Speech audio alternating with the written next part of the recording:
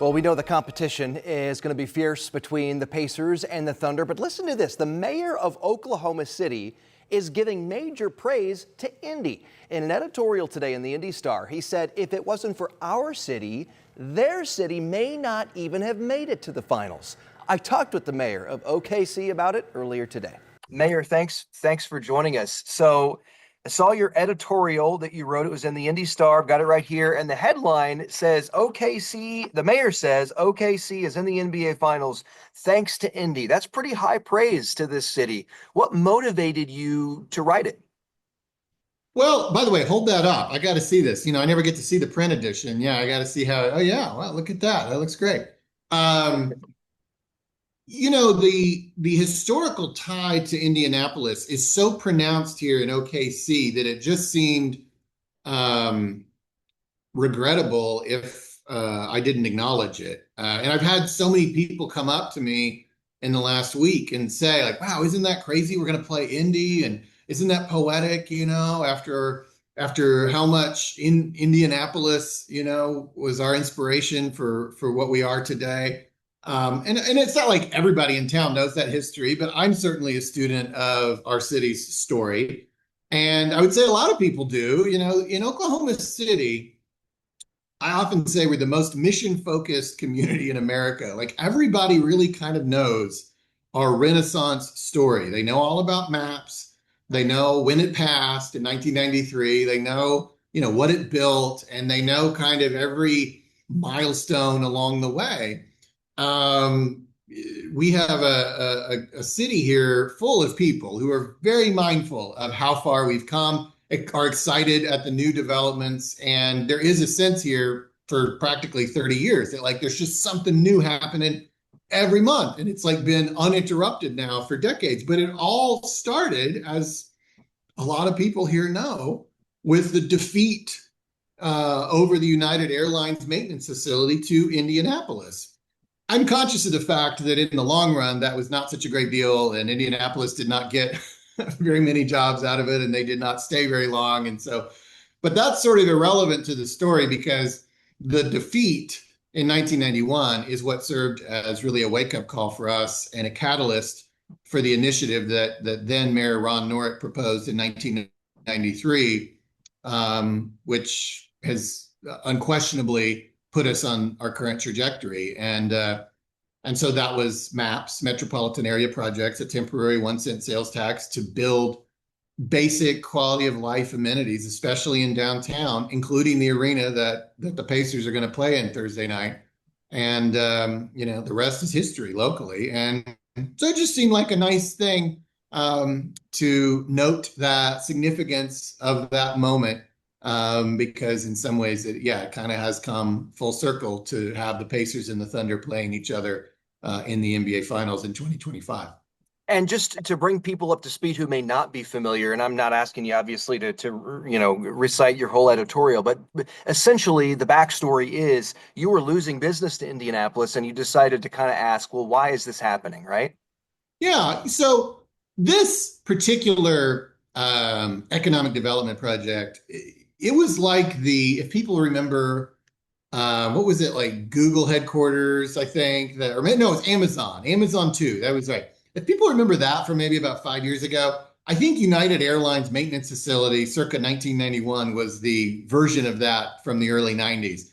These two cities, Oklahoma City and Indianapolis, publicly advocated and worked to get that opportunity for 2 years. And here in Oklahoma City, we actually passed a sales tax across the entire county to fund the incentive. I mean, like, we had to have a campaign and have a vote of the people. I mean, that's how much went into it. So it was no small thing. And we were, I think, either one of 2 or 4 finalists, and we didn't get it. Obviously, Indianapolis did. So the immediate reaction from our leadership was, what is it about Indianapolis? What is it about any city that we would lose to? But, here we have an example right in front of us. And interestingly, right, like, Indianapolis doesn't have an ocean or mountains, right? They're kind of like us, kind of in the middle of the country. Nothing, like, no natural attributes that should that we should be that we are incapable of overcoming.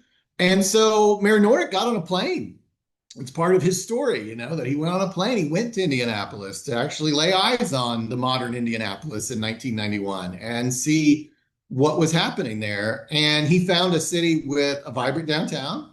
Our downtown was completely dead in 1991. We had one downtown hotel, like no restaurants, and certainly no major league professional sports. We didn't even have a modern arena. And so he went to downtown Indianapolis, found a vibrant place, and found a city with two professional sports teams. Now, Indianapolis has always been a little bit bigger than us, but not like tremendously so. It was offering, with its vibrant downtown and two professional sports teams, a quality of life that was commensurate with its size. And we were not, we were almost as big, but offering almost nothing, and so he came home and I think took various lessons away. One was, we've got to build up our downtown. Another was, if we could get a major league professional sports team, that would really be a game changer. And we worked over the next years to come in executing that plan. And I would also add, I mentioned it in the story, in 2006, our city leadership, and I was the mayor's chief of staff then, was pretty young. I was in my late 20s.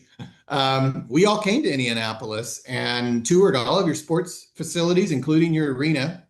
And this was when the Hornets were playing here. So we were getting our audition for the NBA, if people know that little chapter in our story, but we still didn't have, our own team that was going to stay here on a long-term basis. And so we were definitely studying NBA arenas and studying all of that, in hopes that we would get an opportunity. And 2 years later, the Thunder relocated here and that journey began. But in 2006, our whole city leadership, it's like 100 people, were in Indianapolis continuing to study Indianapolis. So it's definitely been, the community there has been a place that we've been interested in for a long time. There's a lot of parallels.